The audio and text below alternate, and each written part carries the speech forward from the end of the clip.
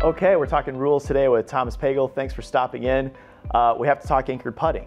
It's in the news, specifically around the putting strokes of Bernhard Langer, Scott McCarron on the senior tour. I've pulled up the handy infographic on the USGA website, which you developed. I look at what is permitted and prohibited. I look at the video and photo evidence of Langer and McCarron.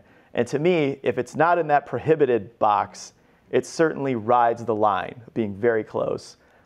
Why haven't those two guys been penalized yet? And has the USGA at least had conversations with those two players about changing their style? It's pretty simple. There's not been a breach of the rule. There's not been anything to suggest they've breached the rule. And this rule is about that physical contact with a gripping hand or a club while you're making a stroke. It has nothing to do with being really, really close. So if your hand touches your shirt, that's acceptable under the rules. What we're prohibiting is that limited number of strokes where, again, that hand or the club is against your body. Both the USGA and the R&A have worked with the professional tours around the world. We've had conversations with players to talk to them about how they can still use that piece of conforming equipment and do it in a way that's accepted under the rules.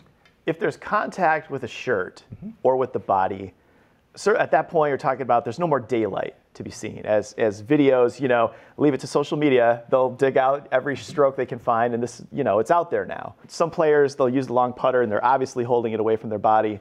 Langer and McCarron, we can split hairs if they're pushing it against their sternum or if it's against the shirt or if but there's no daylight. And so would it be easier maybe to just rewrite this rule and say it has to be obvious? It has to just be clear. And daylight to me would be the one way that would just make it clear. The rule was all about that direct contact with the body to offer that point of stabilization. If you're brushing against your shirt is not stabilizing your hand. You're still able to freely swing the club, which was the focus of the rule. Really, really close is not a breach of the rule in this situation. If you were to talk to Bernhard or Scott, when they hold their putter, they're actually a couple inches off their body, but again, the shirt makes it seem like they're much closer than they are. This is like any other rule where if the prohibition's against the body, if there's a question, you're going to ask the player. Our starting point for the rules is it's a game of honor and a game of integrity, and the player's going to tell you the truth. And so if something looks questionable and you ask the player and they say, I'm not making contact with my body, then the rules are going to accept that unless there's evidence to suggest otherwise.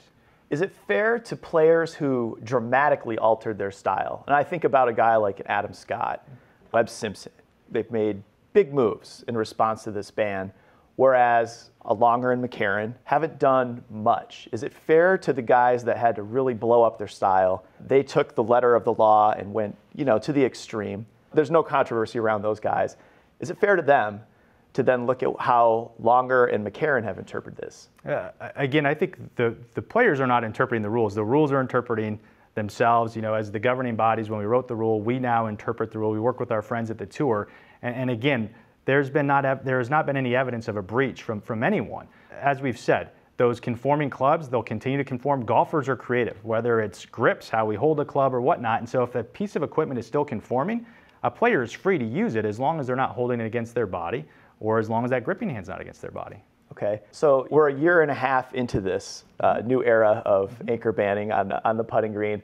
Are you happy with the rule? Is the rule working the way we hoped it would? From our perspective, I would say we are satisfied with how the rule is operating. The rule was intended to have players freely swing a club and not have a gripping hand or a club against their body. And that has happened. And so, yeah, we are satisfied with how the rule is being implemented. Any chance of perhaps reviewing or rewriting it soon? I would imagine this is certainly causing conversations. Is it something you could look at? Yeah, we always look at every rule. The rules of golf are an evolving document. We have the Rules Modernization Initiative is going to take effect in 2019. We're always looking at how can we write the rules and how can we clarify them. And specifically with that point about intent, is there a way where we can write the rule to make that intent component more clear? Certainly we'll look at that, and if that's the case, there would not be hesitation from our side to clarify that point. All right, Thomas, well, it's a new rule. We're all learning. We appreciate you stopping in and answering the questions. Thanks for having me.